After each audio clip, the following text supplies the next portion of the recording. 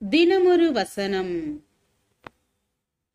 சங்கீதம் 62 வசனம் 8. ஜனங்களே, எக்காலத்திலும் அவரை நம்புங்கள். அவர் சமூகத்தில் உங்கள் இருதயத்தை ஊற்றிவிடுங்கள். தேவன் நமக்கு அடைக்கலமாயிருக்கிறார்.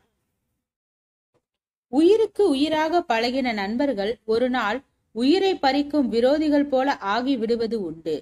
தலையை போல எண்ணி கணவனை கனப்படுத்தும் மனைவிகள் ஒரு நாள் தூசியாக எண்ணி உதறி விடுவது உண்டு.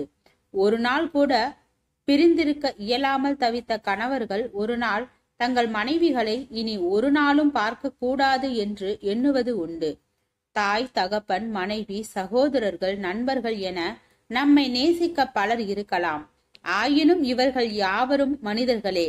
கடைசி வரையிலும் ஒரே விதமாக நேசிப்பதற்கான வலிமை இல்லாதவர்களே.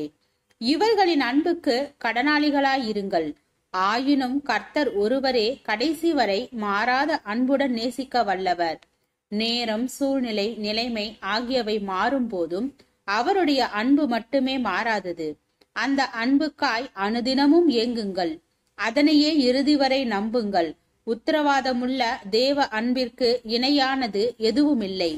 தாயின் பரிவு, தந்தையின் கடமை, சகோதரர்களின் கரிசனை, மனைவியின் அன்பு, கணவனின் பொறுப்பு, நண்பர்களின் வாக்குறுதி இவை யாவும் உங்களுக்கு நம்பிக்கை தரலாம். ஆனால் இவர்கள் இறுதி வரை தங்களின் நிலைப்பாட்டிலும் நல்லெண்ணத்திலும் உறுதியாக நிற்பதற்கு இயன்றவர்கள் அல்ல. ஏதோ ஒரு சூழ்நிலை, ஏதோ ஒரு மனநிலை இவர்களின் எண்ணங்களை எங்கோ கொண்டு செல்ல முடியும். ஆனால் கர்த்தரோ வாக்கு மாறாதவர். தம் வார்த்தையில் இறுதி வரை உறுதியாக நிற்கக்கூடியவர்.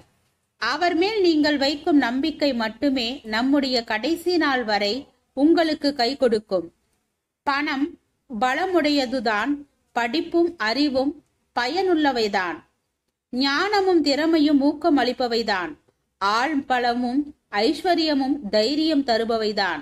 ஆனால் இவைகள் மலை போல இன்று வலுவாக தோன்றினாலும் கால மாற்றத்தில் கன நேரத்தில் உங்களை கைவிட்டு போகத்தக்கவையே.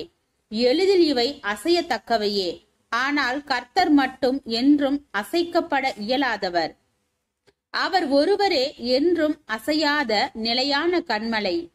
அவர் மேல் நீங்கள் கொள்ளும் தைரியமும் நம்பிக்கையும் மட்டுமே கடைசி வரை உங்களை கைவிடாமல் காக்கும். ஜெபம். தேவனுக்கு ஸ்தோத்திரம். தேவனே, நாங்கள் எங்களுடைய வாழ்க்கையில் மனித உறவுகள் மீது நம்பிக்கை வைக்காமல் தேவ உறவின் மீது பற்றுதல் உள்ள மனிதனாக வாழ கிருபை பாராட்டும். ஆமென்.